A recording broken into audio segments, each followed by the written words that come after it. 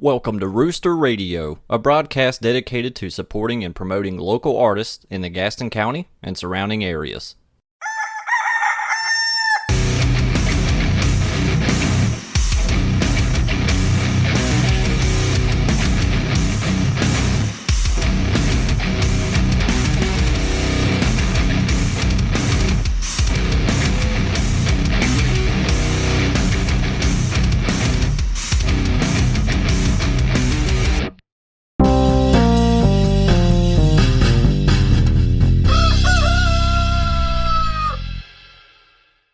Ladies and gentlemen, we're in the Rooster.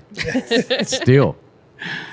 All right, so today we're talking to Kennon Knight. Kennon, look right there and say hello to the audience. Hello, everybody. Kennon. And Kennon is the host of our drum circle. It's been a bit sporadic. You know, we've been kind of filling in some Thursdays with it. But we're ready to kind of take the drum circle to another level. So we're moving it to the first Sunday of the month. And we're going to do it a little earlier to give more people an opportunity to come and participate, because Drum Circle was never really about getting people out here and beefing up bar sales. Drum Circle was more about providing another media forum or another platform, you know, for people to take part in. And it's a very interactive event that we do. And I'm going to turn it over to you, Kennon, to kind of explain what Drum Circle is, and then we can talk more about details. Just kind of piggyback on what you just said. It's really about what you do here anyway, is community building. Mm-hmm. Yeah. And that's the main thing about drumming, is just really community and being together on equal playing field, and everybody just kind of the same, just making music together. You know, the art of drumming as a group has been around for millennia. Right. You know, there's really every culture, on the planet has some sort of rhythmic thing to it, you know, throughout history. And especially like in Africa, you hear a lot about African drumming, which is basically kind of what we spur off of with the drum circle. That's kind of the style that you guys Yeah, there's a really, he's a master drummer. He come from Africa. His name is Babatunde Ajulante, and they consider him the grandfather of drum circles. He thought that because in ancient Africa they used it for celebrations, or, you know, almost appeasing the gods, so to speak. You know, Yeah. they would do dances and for hunts or for gatherings or for good weather, or for, you know, for it's a ritualistic thing. Yeah, it was more of a ritual. But Babatunde thought it was more of a community builder. So his idea was, let's everybody have a drum and drum together, and then you could, you know. So he's kind of responsible for the evolution of making Drum Circle like less about a specific thing and more about community. Right. You know, it's all kind of ties together, but he wanted to do it worldwide. So that's pretty much where a lot of Drum Circle facilitators. How long ago was that? Oh my gosh. Are you old enough to remember? That was an old joke, by the way. I mean, it's probably been 40, 50 years ago when he started really bringing it to it. And it's so almost like anything from anywhere else, he brought it to America. And the guy that I've learned from or trained from as a drum circle facilitator is a guy named Arthur Hull. And he was, you know, Babatunde they called him Baba. So Baba was his mentor. And Arthur is an ethnomusicologist, and he studied all kinds of different rhythms and all kinds of stuff. So the guy that taught you trained with the originator? Yes, yeah. That's fucking insane. I had no idea. Yeah, so it's kind of there's a lineage to it as far as being a facilitator. Because when we come in here and just drum together, I mean, we could just drum together. All circles are really different. Sometimes they're real transient. People come in, play, then they leave. You know what I mean? But what we've done here, and not the last one, the one before that, remember, the people were really connecting. Getting in the and zone. we were really making music together. Well, I kind of explain it. Well, the way that I learned from Arthur and the basic structure of it, and there's a lot of research on this too. There's a lot of scientific research. Remo Drums, that makes heads and makes drums, they've got a whole department of their corporation, or whatever their company, it's called Health Rhythms. And they basically have done studies and really research driven on the effects of group drumming together, what it really did for you. Yeah, it's a form of therapy, or can be. Well, let me say this first before anybody checks out. People have seen drum circles in movies and on TV and stuff, and there might be a misconception that you have to know what you're doing. You have to be like a professional percussionist to participate, and that is not the case. No. You can have no experience whatsoever and have no rhythm. Come to a drum circle and participate, and you will have a good time. Yeah. And that's the point. Yeah. Yeah. It's not a performance art. We're not here to perform. We're here just to gather To together be together and drum. and share an experience. And any drum circle facilitator will tell you, you always see those people like, well, I don't have any rhythm. Well, I beg to differ. We're all human beings. We're all innately rhythmic. When a song comes on, you bobbing feel your head, you feel you're that tapping your rhythm. toes, You you're feel. shaking your hips, So yeah. rhythm is innate in all human beings, and something we talked about years ago. Like, kind of was thinking about the effects of drumming on people. So the first thing you ever hear really is your mother's heartbeat. Mm-hmm. So That's a rhythm. So there's something about that rhythm that is a comfort zone. That's why we get in a circle and we can feel comfortable. And you made a very good point. You don't have to be musical. You just have to come and enjoy it. Yeah. I mean, even if you're the person that can't clap on time when the whole audience is clapping, that actually works in a drum circle when you're a little off beat. It So, absolutely works because it's part of the imperfect perfectness of it Yeah. all. You know what I mean? Sort of. So yeah. So the way I learned it, it's been a long time. My first experience with drum circles, I was playing a gig downtown Charlotte, and they had vendors out there, and it was this guy out there that had a big poster said "Drum Strong, drumming to beat cancer." And so obviously I was like, well, I got to check that out. You know what I mean? So I went and talked to the guy. His name is Scott Swimmer, and he's got an organization called Drum Strong. His son had gotten cancer, and kind of spurred off of the Live Strong, Yeah. the biking thing. But Scott said, well, if you're going through cancer, you can't really get on a bike and support your own cause, but you can shake a shaker, or you can actually physically do something.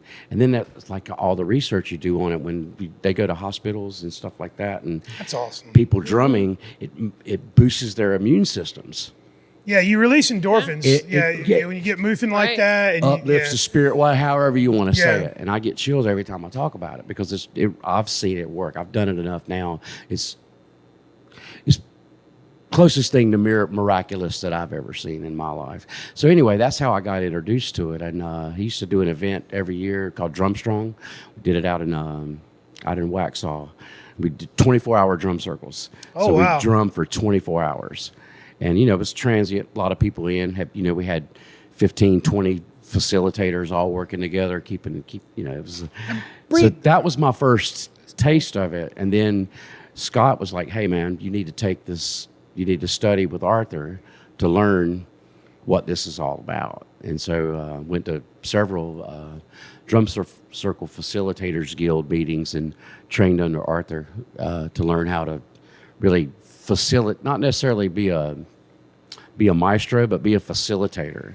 Yeah. Of how to get Yeah, there's how to make several- people and how to really work it. You know what I Yeah, mean? there's a lot of skills kind of crashing at the same time there because you have to not only do you have to know drums, like know how to teach people to use the drums, but you also have to have a personality about you or a skill set about you that can draw people in and make people comfortable.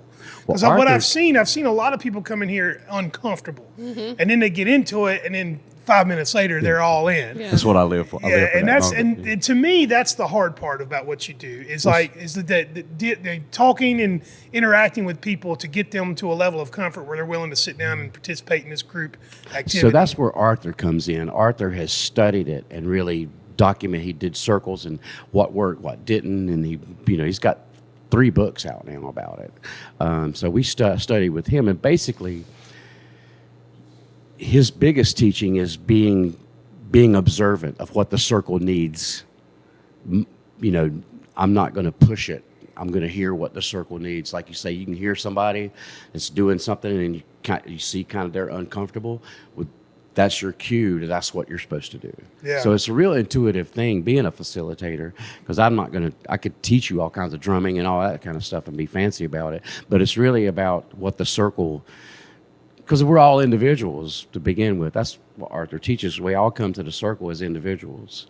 And then when you start drumming together, you sort of get this group consciousness. We're all in this circle together. We all, like you say, a level of safety and comfort where you're not self-conscious. And that's where that group consciousness comes in. Yeah. Then you get them to what they call ensemble consciousness, where they really start playing and are really into it. Then you get the orchestral consciousness, where they start creating stuff together. Because you might be drumming in a circle and look over at somebody and trade licks with them. I mean, it happens. I see it all the time. People start playing together, and it's just so that's it's fun. It's just a lot of fun. It's just really a lot of fun. I gotta quit. Do we know what the world record is for longest drum circle? 36 hours, and I was in it. Are you serious? Like that's like documented? Yes. All right. I knew as soon as he said 24-hour, I was like, here we go. Yeah. When you said that the 24-hour thing, it made me wonder what the world record is and can we beat it? So we did 36 one year. all right, I want to build this drum circle up to a point where we get enough people that we can take that world record. So that being said, when we do the drum strong thing was really where all of us local drum circle facilitators, we really cut our teeth there because it was a really unique experience. Even Arthur would come and, we'd go in there and do our hour in the circle, and you'd go to the tent and talk to Arthur, and he'd tell you what you did wrong, what you did right, what you did. I mean, it was like it's a real art form. You're facilitating 500-600 people. That's a lot going on. That's a lot. That's a lot going on. And for 36 hours. We have to keep it really going. And it's transient. People come in and out. But what people are there for, what really attracted me to the drum circle thing was people came to play in memory of someone that had passed with cancer, somebody that was going through it, even people that were going through it. And it became this, they were drumming for purpose. Mm-hmm. Yeah. And that's where it's kind of a spiritual aspect of it that comes into play. But when you're really intent on playing for someone, it's basically a form of prayer. But when you physically do it, and the vibration and the drums it's just so people can even come to a drum circle, and they don't even have to tell us what they're drumming, but they can drum for somebody. They can hit that head and hear that vibration and play a song for a loved one or somebody going through something, anything like that. And it seems to have an effect on people. Yeah. I mean, you don't have to come in and share your story like a support group or nothing. And, I mean, I was about to get into the therapeutic aspects, but let's talk about that for a second, because there's, there are therapeutic uses for drum circle, but it's also mentally therapeutic. Like you can come in, you don't even have to talk to nobody. You can come in, you don't have to say anything to anybody. You can have something, whatever it is you're sweating that day that you need to get out of you, and you can take it out on that drum head. Well, it's very cathartic. Yeah. You can bang it out if you're angry. Yeah. Or you can play peacefully if you're not. You know what I mean? It's so. Or maybe you're falling in love with someone and you just want to get some energy out of you. From the ADD perspective, it helps me because it's like one thing that it's like a consistent thing, so you can help focus just on one thing and silence your brain for a little bit. They use drumming for working with kids with autism. Yeah. And it has an effect. Even Parkinson's patients, because they have the tremors, and when they get a rhythm going, it helps them control that tremor. So the therapeutic aspects of it are off the charts, and it's all individual. It's whatever you need. There's no certain rules. There's not a certain thing you got to say or anything like that. You just do what you feel, and kind of. So it is this. So the music therapy part of it is really over the top. And yeah. It's a very rewarding experience. We've used music therapy with my kid, and it's one of the few times you can see like this just expression of joy, just nonstop joy when music's in the room and experiencing that, and that's what I see when I see the drum circle. We've had them here where people will compound it, like, and not just drums. People will start singing along or like making noises just and whatever they're feeling. Whatever feeling you just you let it out, and it's like you said, cathartic, therapeutic. There's even an educational aspect to it. Yeah.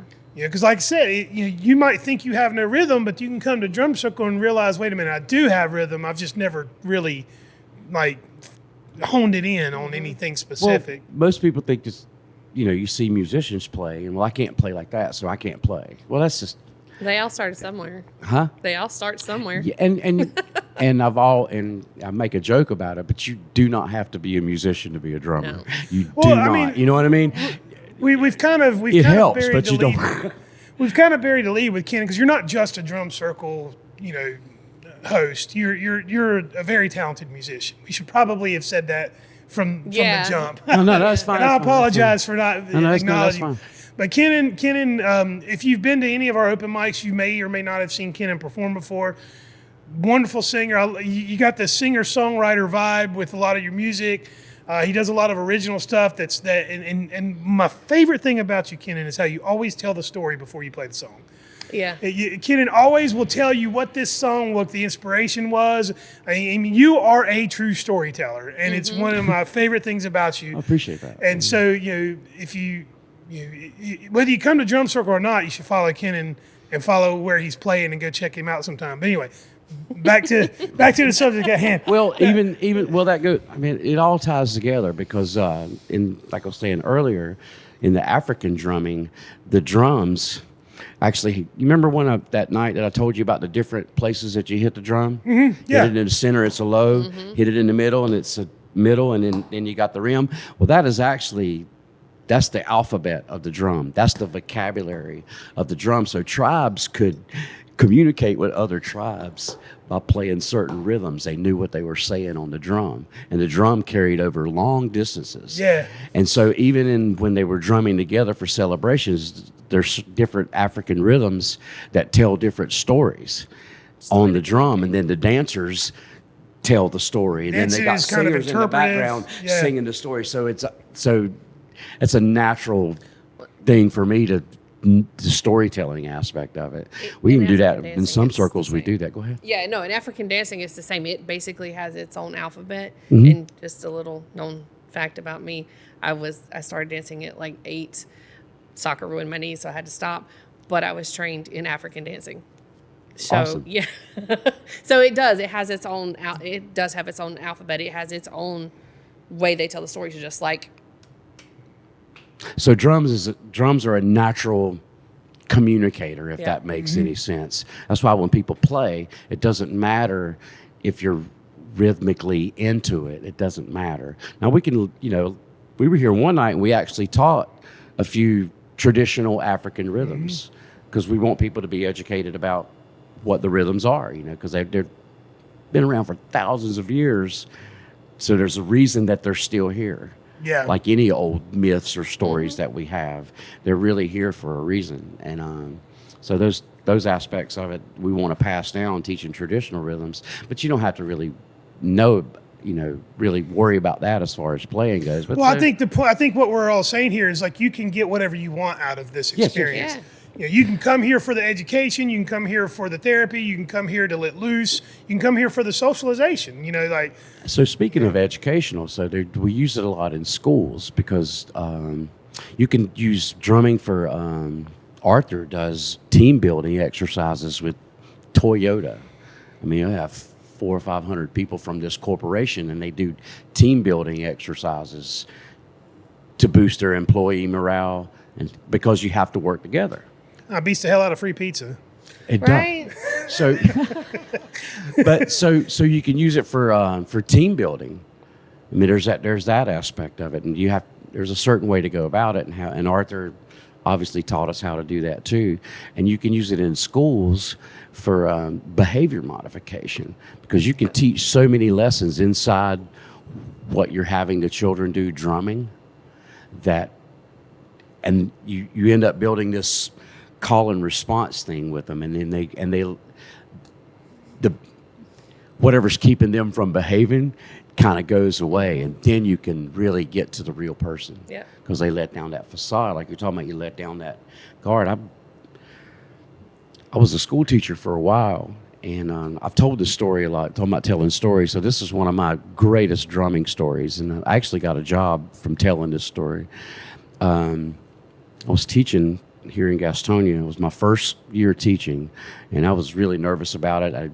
Classroom management had some really tough kids, and really trying to get a hold of it. But anyway, they would write these kids up, and they would have these like pizza or popcorn parties in the gym, and they could all dance and all that stuff. But the kids that got rode up couldn't go. And I've always had a problem with that. You know, you're punishing somebody for if they deserved it and did something really bad. You know what I mean? But you're not giving them any options.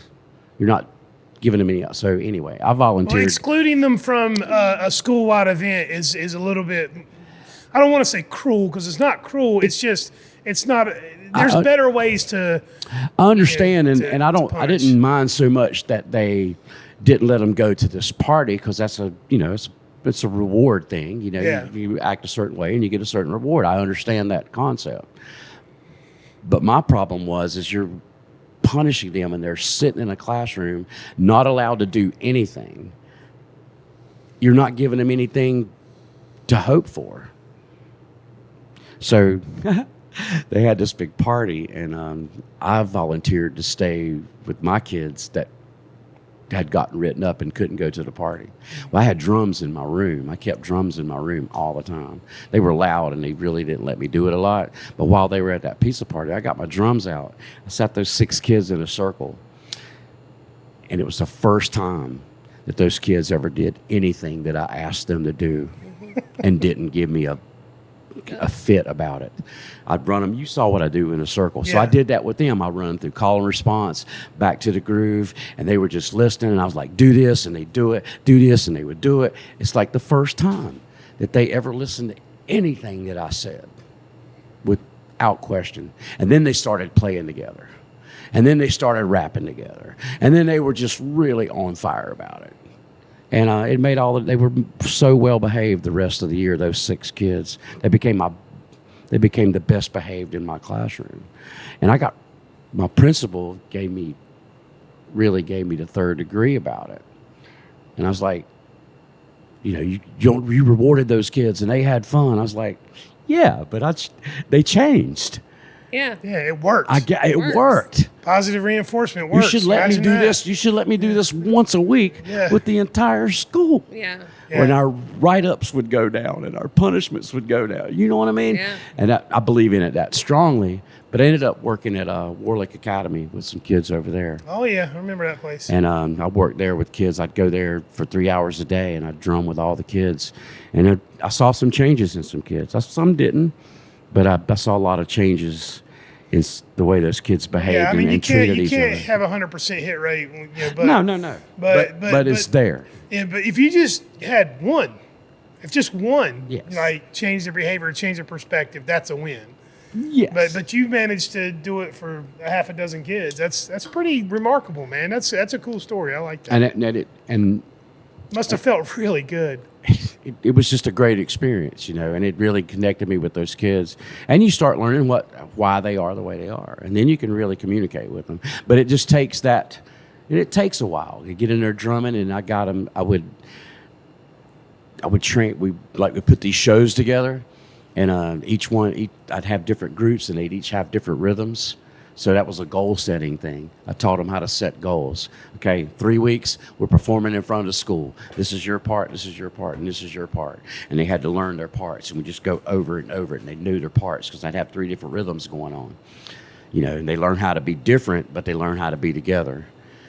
You understand what I'm? Oh yeah. This yeah. is more of the therapy. Yeah, I'm on board, buddy. This is more of the therapy part Yeah. of it, and this is how you work it, and this is what the miraculous thing of it is. So they were learning to be different, playing 3 different rhythms, but they were learning how to play as one. They were writing Tool songs. Hmm? They were writing Tool songs. Yeah. And then we'd put that thing together, and they'd perform in front of the school, and the parents would come, and those kids were really proud of themselves for Yeah. accomplishing a goal. Yeah. They didn't get money for it, but they got recognition from their peers. They were seen. Their parents were proud of them. It's like, man, I am the luckiest guy in the world to be able to be a part of something like that through the drums, through the rhythm. That's why I do it. And that's because it's so miraculous, and you get to experience that. It's crazy. It's pretty crazy. I love your passion, Kennon. I Yeah. love it. I can see you getting emotional and choked Yeah, up. I mean, it was because it's real stuff. It's real experiences, Have you always had a foot in education? I've always kind of been a teacher. I wasn't a very good classroom teacher. No shit. Academics imagine. wasn't my academics. That's hard. What I really wanted to do was I wanted to teach social studies Yeah. because I could add in this cultural Yeah. aspect and add more music into it, which that was my dream job. But I taught math and science. I really sucked at math, and my son, music's brilliant in math, so he'd have to help me write my lesson plans to learn how to teach him algebra. You know what I mean? So, but yeah, I've always been kind of a storyteller, but there's always morals in the stories, always a lesson in the stories. It's like, yeah, I guess I have kind of been man. that. I like it. And I mean, you've been doing this a long time. Where'd you start? Did you start with percussion? Did you start with guitar? Like, I started out as a singer. Really? Yeah. In my first band, is that like? Did you take chorus in high school? Did I was you in grow chorus. up in church? I was in chorus through. I wasn't in church, but I joined chorus in the fifth grade. So you learned how to sing. So I early. sang in chorus, and we did shows, and I was a big ham. So yeah, I was a big show. What was that off back first then. band? What kind of music was that? Sir? The first band. What kind of music? The was first band? Let's we take this were ride. kind of Southern rock. You know? Southern rock. Okay, so You know, like singing Leonard Skinner and stuff like that. Blackfoot, and we did some AC/DC and things like that. All right. So what happens next? Well, that was my first band, and I was trying to sing, but I've always been able to play drums. The first time I sat down on a kit, I could just do Just it. came natural. I You just could do it. motherfucker, Right? man. I'm so jealous of that. I never knew to not knowing how to do it. Yeah. Yeah. I sat down. I just actually made contact with the guy that the first drum kit I sat on. I was about 12, and I was a big Peter Criss fan. I love Kiss, so I saw Peter Criss live. I was like, yeah, I want to do that. I never know I could, but my friend got a drum set for Christmas. Excuse me. And I went to his house, and I sat down behind him. And the first time I sat down behind him, it's like I knew what to do. I can't explain it. That's wild. I wasn't good, but I knew what to do. Yeah. So I've always kind of knew what to do. So anyway, I was wanting to be a singer. I've always thought David Lee Roth was pretty awesome. So I want to be like David Lee Roth and jump around and scream and stuff like that. But a good friend of mine said one day, he said, Kennon, you're a much better drummer than you are a singer, and I need a drummer. So I said, well, okay, I'll do that. But it's served me well because I can sing and play drums. I can't sing harmonies, and if you're going to be a working drummer, that's part of the resume. So you're a drummer and a singer. I'm assuming this is early 20s, maybe late teens. I did my first show when I was 14 years old. Oh, okay. Oh, wow. Okay. Wow. That's 1979 incredible. at TJ's in Smithfield. Remember the place? So what I couldn't even drive to the bar. did you decide then that you wanted to have like a career, Yeah. either a career in music Yeah. or to you just knew this was whether gonna- a career or not, I knew there was never a time I did not want to play music. Right. So you singing, you drumming. What made you pick up a guitar? It's another story. Everything's a story. Yeah. I've always kind of fiddled around with it with my friends. There was always guitars around. But in 1989, they had this contest on the radio. That was when WROQ used to be in Charlotte. Was that it? So they had this contest. They had a guitar snippet. If you could identify all the snippets, you could win this guitar from Reliable Music when Yeah. Reliable was still going on. It was Yeah. a Sigma guitar. Okay. So me and my bass player in the band that I was in then, we were called Gypsy. It came on and we recorded it on cassette, and we went through and figured it out. And I won this guitar off the radio. Oh, yeah. So I started playing. I started learning my chords and started just kind of fiddling around with it. So that's kind of how it started. That's so cool. Recorded. I used to record stuff off Me the too. radio too. Did you have the boom box with the two tapes and you could dub over? Yeah. and Yeah. Record. Yeah. I take So we those old snuck it on there and Martins. got it. And I called the radio station. Do you have it? I was like, yeah, we got it. This is so silly, but I used to record stuff, and like me and the neighborhood kids would like record ourselves in between songs being Being DJ. like the DJ, I Yeah, used to sit there. I was the annoying kid, so I'd sit in my bedroom window and just like play the tape and then talk to the neighborhood. Nice. It's so. I wish to God that those tapes still existed, but I'm sure they're gone, long gone. So I've always, I've got a lot. I've always told a lot of stories. I got a lot of stories to tell, from childhood and from other things. That's what my song about my grandmother was kind of like. I was raised by my grandparents, and I didn't really know anything about my parents, what their interaction was when they were younger, and that's what the song was based on, is how they met. And even though they weren't together, because it was back in 1963, I was born in 64, Vietnam was going on, Dad was going to the Navy, Mama was crazy, there's all these different things, but I ended up staying with my grandmother. And that's Were how your I wrote that grandparents song. supportive of the music? My grandmother was. Your grandmother? My grandmother, she loved it. I played when I started playing drums and getting serious about playing drums. I would just go in there and put my record player on, put headphones on.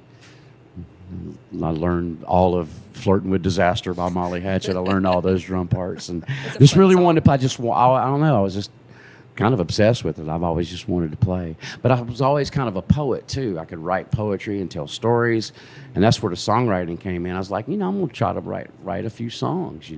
I knew 3 chords and the truth. I mean, you know what I mean? So you can do G, C, and D and tell a story over it. That's Willie Nelson. You know what I mean? That's all it was. So I started writing songs. I was like, some of these aren't too bad, and then got a little bit better at playing. But I've always been a drummer and co-wrote some songs, helped arrange songs, and me and Robert wrote some songs together with Moses Jones. And actually, when Moses Jones was together, the drum circle was part of our show. We wrote this song in the middle of our show, and we handed out drums in the bar, and people played along with us so cool. during this song. I like that. I would bring about 100 drums. That's when I was with Drumstrong, and Scott would let me borrow the drums, and we'd take them in, and a lot of people started bringing their own drums. But they were really polite about it. They didn't. You would think that they would play all the time, but they knew when to play. They knew when not to play. And as a facilitator, I kind of laid out, this is how we're going to do it, and everybody followed it. I mean, automatically, like my kids did in school. Yeah. And we had a blast doing that. We had a song we wrote around the drum circle. That's super. Is Moses Jones? We did it in bars everywhere. Was that the biggest opportunity you had as far as like touring and traveling? That was probably the best band. I would say probably the best band I was with that really could have done something. Well, we were all hoping. Yeah. But I became a better musician out of it. All that. So, and then after that, after Moses Jones kind of went away, I know. Tell me about the space between that and OSN. What did you do between OSN is Original Songwriters Night? It's something that they used to do up the street at Freeman's, which kind of was one of the first bar in downtown Gastonia to like bring in like artists, that did original stuff. Mm-hmm. So tip the cap to them for that. So what did you do in the space between Moses Jones and starting up? I did Moses Jones during a lot of the OS. Some of during the OS. So that there wasn't a gap between that. No. Well, actually, Robert and I started OSN together. Okay. So we actually it was Robert's idea, and we started it, and then he had other things going on in his life, and they asked me just to MC it. And so I got it. And that kind of part of me being a singer-songwriter, I would learn, I would play some original songs to lead off the night, or I'd have a guest host that could play and things like that. I'm not sure, but I know because I'm old and my memory's kind of bad. I'm trying to think. I was a school teacher during that time too.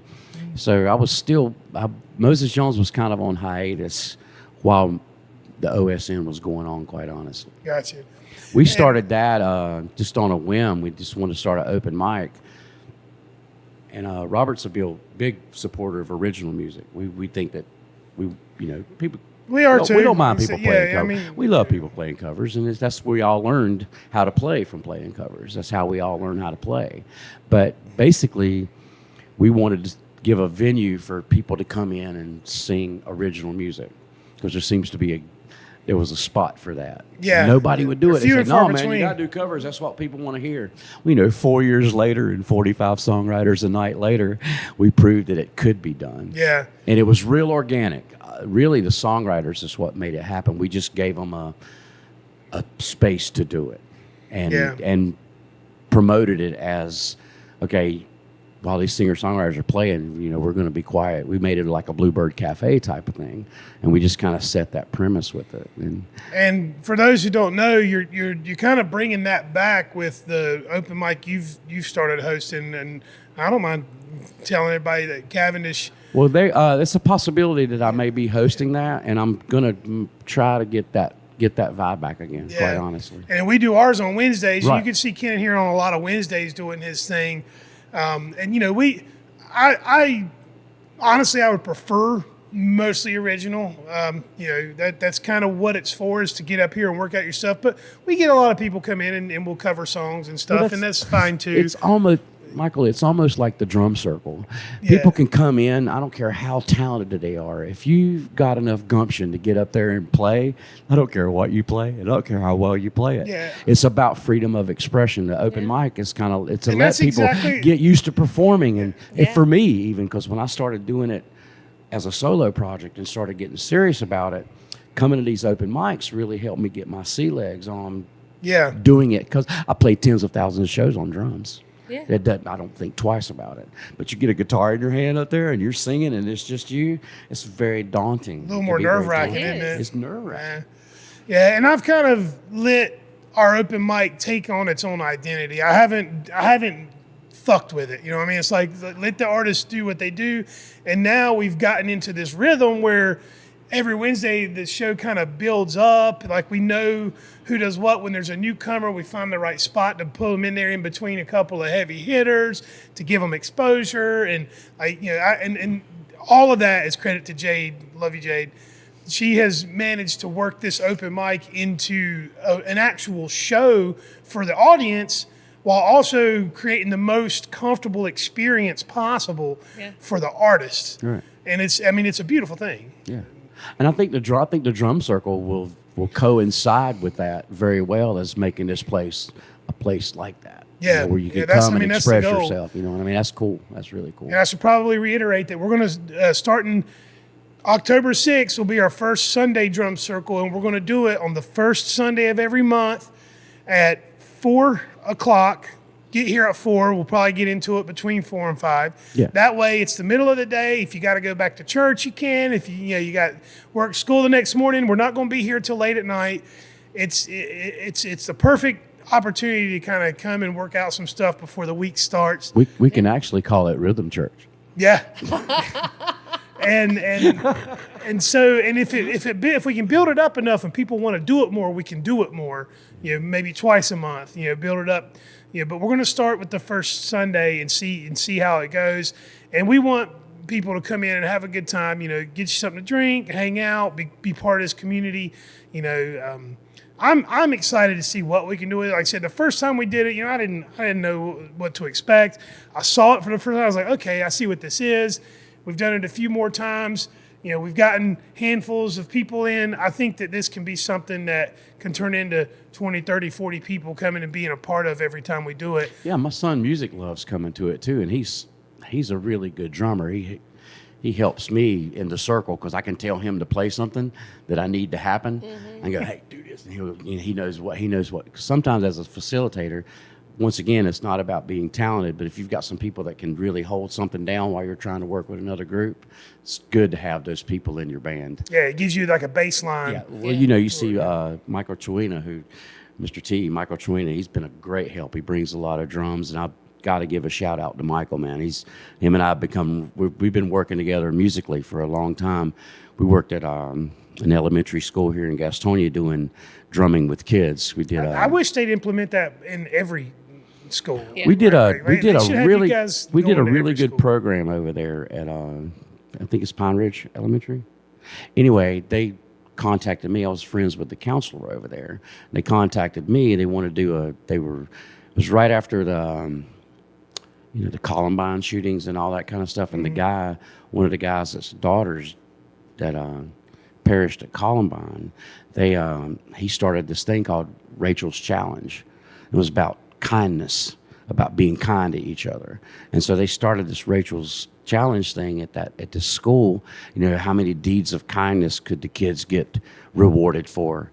So they wanted to add the drum circle aspect in it. So we wrote this curriculum, based it on Rachel's Challenge. It was your head, your heart, and your hands. So you think of something, then you come from your heart, and then you act. And so with your head, your heart, and your hand, it was perfect for drumming. So we built a curriculum around that and did drums. We did like twice a year, drumming for kindness is what we called it. Dude, that's fucking Right. awesome. I love that. I want to put you in touch with the superintendent of Gaston County Schools. Well, I think this is a program that y'all should be going around to all the schools. Michael does. This is kind of what he does in school. He teaches these kids African drumming. He's more of a traditional African guy, and I'm more of the hippie guy. You know what I mean? So that's why we work real well together. Right. You know, we really cover each other's bases really well. He started studying Arthur stuff. He took the books and read them, and so he's doing some facilitating too. But he's more of a school teacher. He's a teacher, where I'm like, say, I'm kind of the hippie guy. Yeah, you're an artist. I'm an artist, you know what I mean, and hopelessly an artist, and I'm not going to apologize very much for that. No, I'm grateful. I'm Yeah, grateful don't for it. apologize. Yeah, you shouldn't apologize. But You're a so- beautiful person, man. So there is Lot of heart. there is an educational aspect to it, you know, if you wanted to do that. But Awesome. Well, I tell you what. Do you have any upcoming shows you can plug before we start wrapping up? Like, where could people find you if they, like, let's say there's a school teacher watching this right now and like, I want to get that into my class. How would they go about getting you to come and do some of this? well, I don't know. I mean, I'm on Facebook, Kennon Knight. You are a man. terrible promoter, kid. I'm terrible, aren't I? Real organic promoter. I just kind of let it happen. All right, My so name's Kennon Knight. You can find me on Facebook. That's probably the Probably the best. best way to do it if you see So this. find Kennon Knight on I'm Facebook. public, and Yep. there's. I mean, you can contact me there if you want to, and then we can email each other or get each other's numbers or something, you know, trade Right on. numbers like that. So I don't have a business at it, you know, quite honestly. I don't run it as a business. you are a hippie. He is. You are such a hippie. And if you're having trouble finding Kennon Knight, reach out to us. We'll put you in touch with him. Yeah, call Michael. Because we want to see businessman. more. We want to see more drum circle. I love the idea. I want it to grow. I want it to get bigger. It is a lot of fun. It's I fun to be a part participated a of. couple months ago. Yeah. I jumped in there and participated. I had a great time. Learned a little bit about how to hit the drums. And it's not just drums. You've got shakers. You've got sticks. Shakers, you've got, tambourine sticks. tambourines. You can bring something. Yep. Yeah, if you've got Arthur, percussion. Arthur, when I studied with Arthur, he told this story that he went to Tokyo, Japan, to do this big drum circle with the Toyota Corporation. Well, they have to ship his drums there from Remo. So the drums got shipped somewhere else. He shows up here at this Toyota Corporation drum circle, and he didn't have any drums. So what he did was the first night he said, "Okay, well, this is what we're going to do." And he did a thing. He made it up, and it became part of his teaching. Did this thing called found sounds. He said everybody ran around the hotel and found things to beat on and brought them back to the room. And everybody Nice. played until his drums got there the next day, and then they Yeah. went full circle. So bring your crock there's- pot or whatever You can and- clap your hands, you can stomp Your your 10-gallon feet, you can bucket. sing. Only thing there's a couple of rules. We don't really do like whistles, like the whistles, Yeah, like a yeah. basketball whistle. They get really annoying. We don't do those, but Tell that to 2000s rappers. as long as if you could be polite with it, that'd be fun. But anything like that, anything percussive, we What's try the to other keep it rule? all You said no percussion. There's not whistles? really, we don't really do a lot of guitars or basses, or we just try to keep No, it it's just- really it's percussion. based on Percussion. percussion. Yeah, so you said there were two rules. You said no whistles. What was the other one? No cowbells, No cowbell. because Oh, the man. not enough cowbell is not true. There's plenty of cowbell, but Well, I at use least not in a I drum use a circle. cowbell facilitating. So if you put another cowbell in the Oh, circle, see, that's the thing. He wants to be the rock star with the only one with the cowbell. Of course, That's what it is. That's what it is. I am in love control. My powers are beyond your understanding. His powers in the cowbell. Awesome. No, Well, too many cowbells, It's really Yeah, I can see where that would No, go. yeah, I could see it getting out of hand. I got it. But what I do is sometimes when I do the call and response with the cowbell, that's why I use it. I'll play a beat and everybody repeats it back to me. Well, I'll get people in the circle and let them do it, kind of lead the circle and kind of do it Yeah. like that. So the cowbell is just basically, that's just what that's for. Gotcha. Now we use other bells. We got some go-go bells and things like that, but the cowbell really we just keep for that. Awesome. Awesome. Well, ladies and gentlemen, Kennon, thank you. Thank you. Thank man. you for doing this. Again, Sunday, October the 6th is our first Sunday drum circle. We're going to do it that first Sunday every month. If you like it, you're into it, you want more of it, we'll add more to the calendar.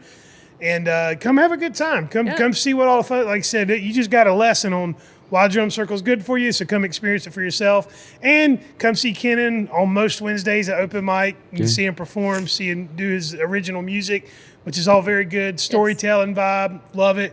Yeah, I'm going to get started doing some solo shows. It's kind of my retirement plan. Being the hippie I am, I didn't really plan well. So I'm just going to play gigs when I retire. So There you go. come and tip me. Help an Awesome. old guy out. So. Well, thanks again. Appreciate it. My pleasure, man. Peace and love.